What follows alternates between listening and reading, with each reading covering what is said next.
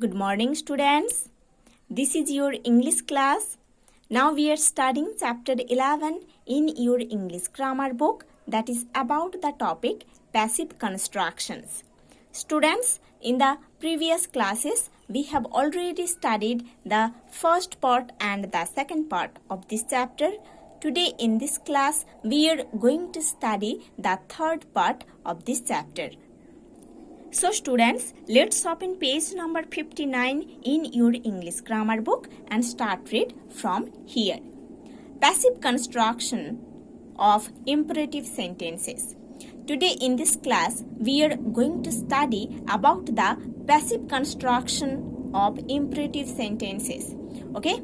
Imperative sentences को कैसे passive form में ट्रांसफर किया जाता है उसके बारे में हम पढ़ेंगे. ठीक है? So let's start. Look at the following sentences. Okay, you have to study properly these following sentences. Those are given in number 1, number 2 and number 3. ठीक है? So let's start. Number 1, shut the door. This is an imperative sentence. Shut the door. This imperative sentence is given in active form. ठीक है? ये एक imperative sentence है. Shut the door. इस sentence active form में दिया गया है. ठीक है? इस sentence को हमको passive form में transfer करना है. और इधर इस imperative sentence को 3 तरीके से, है ना, 3 ways में पैसिव फॉर्म में ट्रांसफर किया गया है. The first way is the door should be shut. Passive है ना, this is the passive form. Another passive form is let the door be shut. Okay, the another passive form is you are asked to shut the door. Okay, so एक imperative sentence है shut the door जो कि active form में दिया गया है. उस active form को 3 वेज में 3 तरीके से पैसिव फॉर्म में ट्रांसफर किया गया है जो हम ऑलरेडी पढ़ चुके हैं. ठीक है? Now see number 2, obey your parents. This sentence is also given in imperative form and this sentence is also given in active form. ये सेंटेंस एक इम्परेटिव सेंटेंस है जो कि एक्टिव फॉर्म में दिया गया है. इस सेंटेंस को पैसिव बनाया गया है 3 वेज में. The first one is your parents should be obeyed, passive. The second is let your parents be obeyed, passive. The third is you are advised to obey your parents. This is the third way. ठीक है? Number 3 example, please bring me a glass of water. This is also an imperative sentence and this sentence is given in active form. ठीक है? इस sentence को 3 ways में passive form में transfer किया गया है. The first one is a glass of water should be brought for me, please, passive. Second is let a glass of water be brought for me, please, passive. The third one is you are requested to bring me a glass of water. This is also passive. ठीक है? So in these 3 examples we have studied that an imperative sentence that is given in active form can be transferred in 3 ways. है ना? And here we are going to study the rules of how we can transform an active imperative sentence into passive. Okay? इधर हम पढ़ेंगे 3 rules के बारे में, जिस rules के हेल्प से हम एक imperative सेंटेंस को जो कि एक्टिव फॉर्म में दिया गया है उसको पैसिव फॉर्म में ट्रांसफर किया गया है. कैसे, उस रूल्स को हम पढ़ेंगे. ठीक है? The imperative sentences can be changed into the passive in 3 ways. ठीक है? एक इम्परेटिव सेंटेंस को हम पैसिव फॉर्म में चेंज कर सकते हैं 3 वेज में, 3 तरीके से. ठीक है? The first one is the object is used in place of the subject. The second is let a glass of water be brought for me, please, passive. The third one is you are requested to bring me a glass of water. This is also passive. ठीक है? Now see number 4, the object is used in place of the subject. पहला जो rule हम पढ़े हैं ये तीनों में, वो है पहले सेंटेंस का जो ऑब्जेक्ट है वो सब्जेक्ट के प्लेस में यूज हुआ है। And V1 is changed into should be plus V3 in the bracket object plus should be plus V3।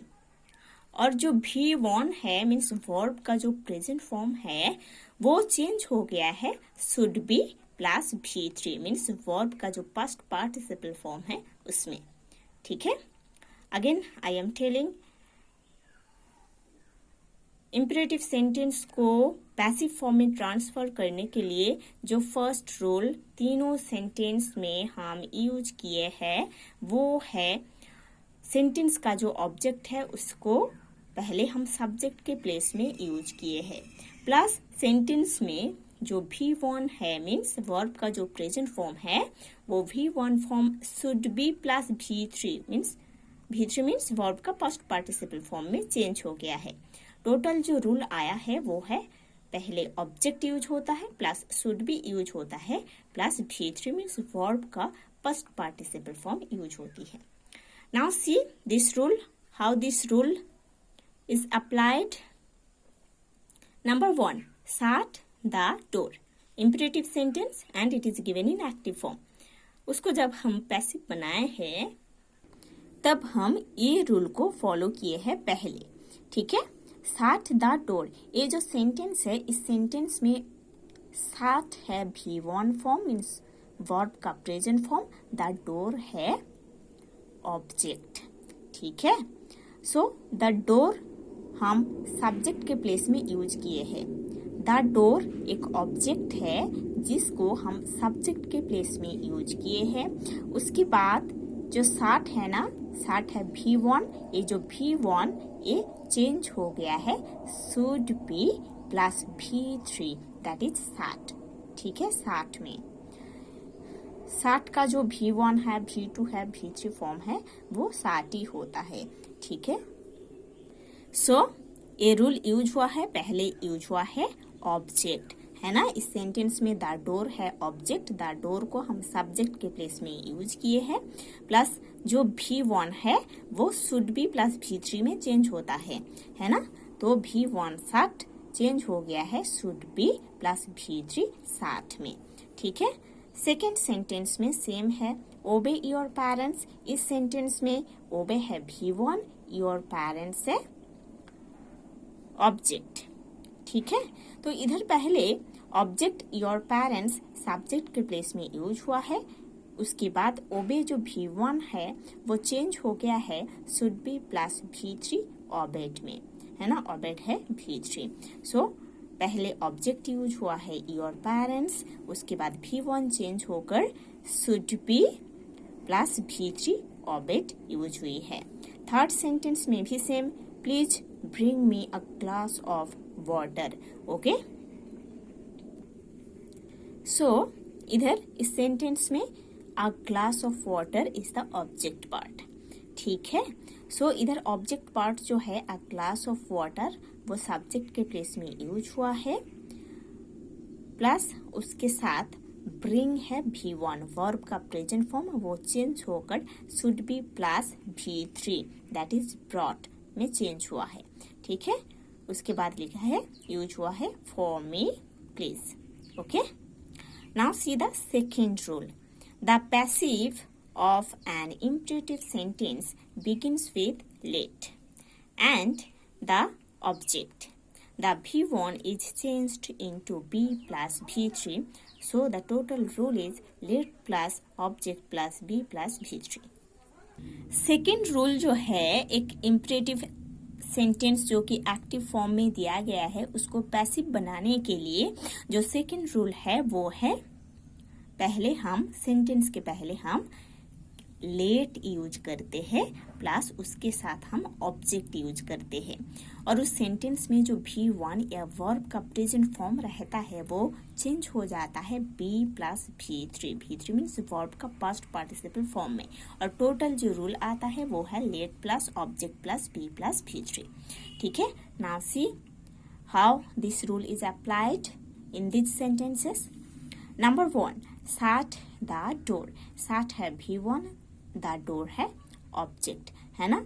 हम पढ़े हैं कि लेट से सेंटेंस स्टार्ट होता है पैसिव में। सो लेट पहले यूज हुआ है, उसके बाद ऑब्जेक्ट यूज होता है लेट के साथ, लेट के बाद ऑब्जेक्ट द डोर इधर यूज हुई है। प्लस जो V1 है ना शट, वो चेंज होता है B प्लस V3 में, है ना। इसीलिए ऑब्जेक्ट द डोर के बाद B plus V3 shut use हुई है, ठीक है।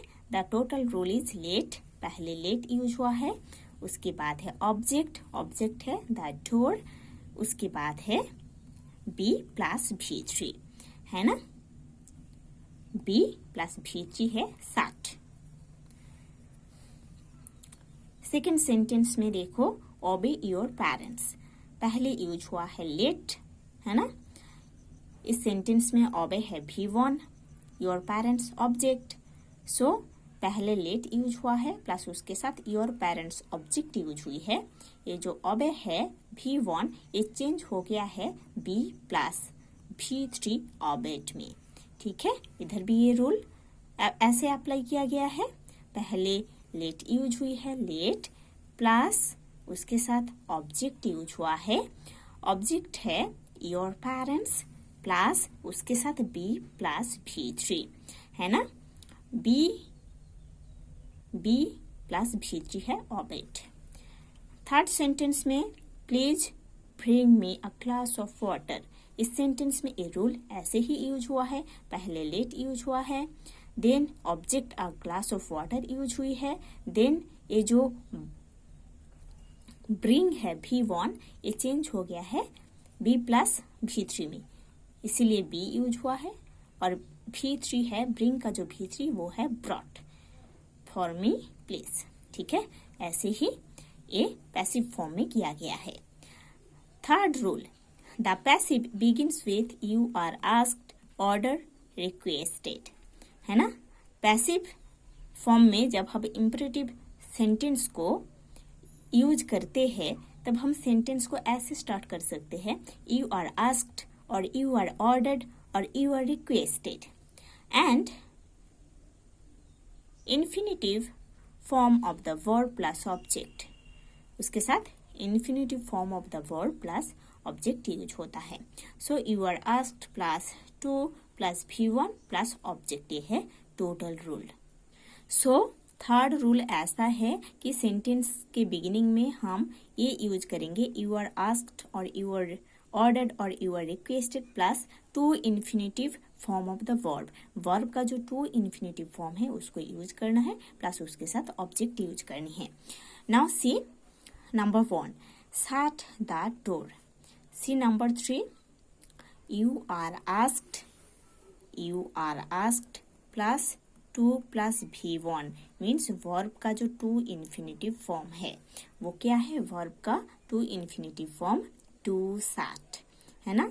टू यूज हुआ है प्लस V1 सैट यूज हुई है। देन है द डोर है ऑब्जेक्ट, ओके, ऑब्जेक्ट है द डोर। सो समझ में आया ना। यू आर आस्क्ड सेंटेंस के पहले यू आर आस्क्ड यूज हुआ है, प्लस 2 प्लस V1 वर्ब का जो टू इन्फिनिटिव फॉर्म है वो है 2 प्लस V1 सैट यूज हुई है, प्लस इधर ऑब्जेक्ट है द डोर यूज हुआ है, ठीक है। Number 2, obey your parents, the same thing is used here, okay. You are advised, है ना, इधर एडवाइस किया गया है इस सेंटेंस में, इसीलिए यू आर एडवाइज्ड यूज किया गया है सेंटेंस के पहले, प्लस उसके साथ to obey, 2 plus V1 to infinitive form obey verb का यूज किया गया है, प्लस योर पेरेंट्स से ऑब्जेक्ट। देखो यू आर आस्क्ड के प्लेस में हम एडवाइज्ड यूज किया है क्योंकि इधर एडवाइस किया गया है, प्लस 2 प्लस V1 उसके साथ 2 प्लस V1 ओबे यूज हुई है, प्लस ऑब्जेक्ट, इधर ऑब्जेक्ट है योर पेरेंट्स, ठीक है। ऐसे यूज किया गया है। The third one, you are requested to bring me a glass of water. Same तरीके से ये थर्ड रूल थर्ड सेंटेंस में यूज किया गया है। Please bring me a glass of water, उसको ऐसे पैसिव फॉर्म में ट्रांसफर किया गया है। इधर रिक्वेस्ट किया गया है ना, प्लीज बोला गया है, रिक्वेस्ट किया गया है, इसीलिए इधर सेंटेंस स्टार्ट हुआ है यू आर रिक्वेस्टेड, देन है टू इन्फिनेटिव प्लस V1 है bring plus object me a glass of water. ठीक है, ऐसे यूज हुआ है। So students, you have to study properly the passive construction of imperative sentences. In the next class we will study the next part of this chapter.